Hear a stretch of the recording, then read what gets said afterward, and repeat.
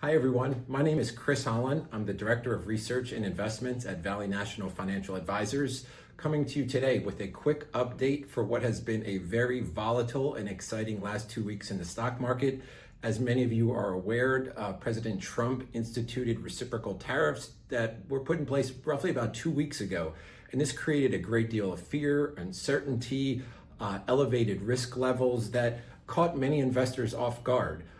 Despite what we have seen over the last couple days, over the last week, I just wanted to point out a couple modest positives and also just remind investors to stay long-term focused. But let's just focus on a couple positives that I think a lot of people missed over the last 2 weeks. Number one, we've seen some good earnings results come in so far for Q1 of 2025.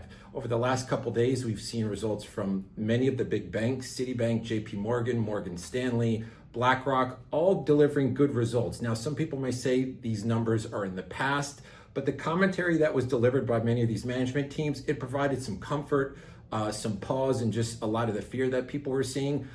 Something else to kind of point out, we've seen some good trends in inflation recently. Last week, the CPI and the PPI numbers came out. Inflation has been a very hot topic on top of mind for many people, and the trend continues to come down. So underneath what has been kind of a chaotic market filled with a lot of fear, underneath that, we're seeing some good trends. Something else to kind of point out, last week there was a jolt of fear that entered the treasury market. People got very scared. What's going on with the 10-year treasury yield?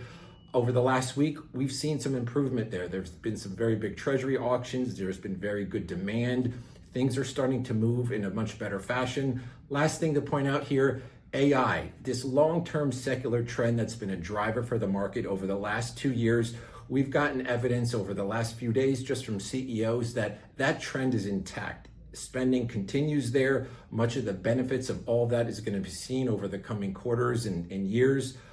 So with that said, I will just reiterate, there definitely are some modest positives out there, and let's stay long-term focused. Remember, during volatile times, it's easy to lose sight of what your long-term investment strategy is, but this is when it's most important than ever to stay disciplined.